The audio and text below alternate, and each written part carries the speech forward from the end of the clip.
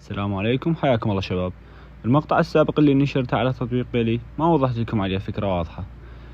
قلت لكم انه شلون تحصل على فلوس، ما قلت لكم شلون تحصل على رحلة مجانية. شلون خلي اعيد الشرح هسه. حاليا تطبيق بيلي تقدر تحصل من عنده رحلة مجانية كاملة بكروة 3000 دينار.